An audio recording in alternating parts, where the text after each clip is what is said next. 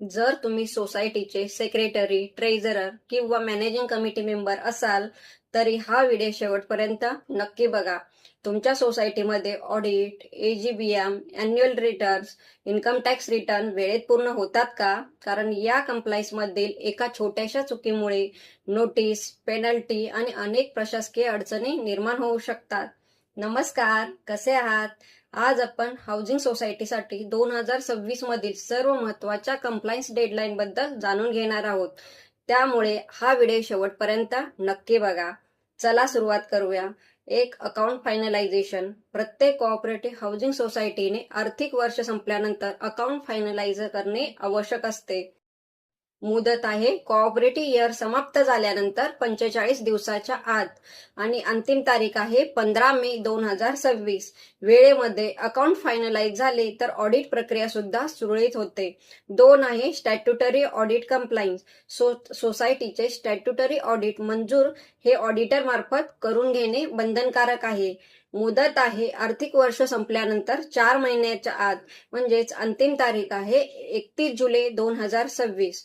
Audit रिपोर्टमध्ये आढळलेल्या त्रुटी वेळेमध्ये दुरुस्त करणे तितकेच महत्वाचे आहे.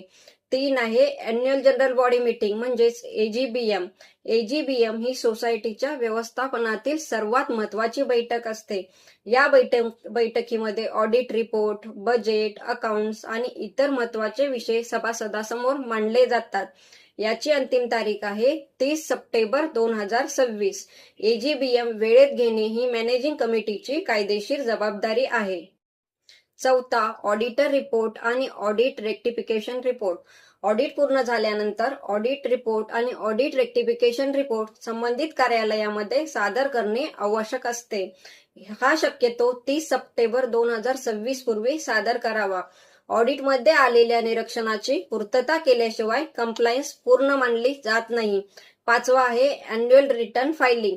प्रत्येक सोसायटीने अॅन्युअल रिटर्न रजिस्टर कार्यालयामध्ये दाखल करणे आवश्यक असते. याची अंतिम तारीख आहे 30 सप्टेंबर 2026. अॅन्युअल रिटर्न न भरल्यास रजिस्टर कार्यालयाकडून नोटीस येऊ शकते. 6 आहे इन्कम टॅक्स रिटर्न फायलिंग. जर सोसायटीवर इन्कम टॅक्स ऑडिट लागू होत असेल तर इन्कम टॅक्स रिटर्न वेळेत भरणे हे आवश्यक आहे. सध्याची अंतिम तारीख आहे 31 ऑक्टोबर 2026. कायद्यातील बदलानुसार ही तारीख बदलू शकते. सोसायटी कंप्लायन्स ही फक्त सेक्रेटरी किंवा ट्रेझररची जबाबदारी नाही, तर ही संपूर्ण जबाबदारी मॅनेजिंग कमिटीची सामूहिक आहे. आजच तुमच्या सोसायटीचा कंप्लायन्स स्टेटस तपासा. Account finalisation, audit, AGBM, annual returns आणि इन्कम टॅक्स रिटर्न यापैकी काहीही निलंबित राहू देऊ नका. कारण कंप्लायन्समध्ये झालेला विलंब भविष्यामध्ये मोठ्या अडचणी निर्माण करू शकतो. अशा सोसायटी संबंधित माहितीसाठी अल्दर & असोसिएटला फॉलो करा. आणि हा व्हिडिओ आवडल्यास लाईक, शेअर आणि सेव्ह करायला विसरू नका.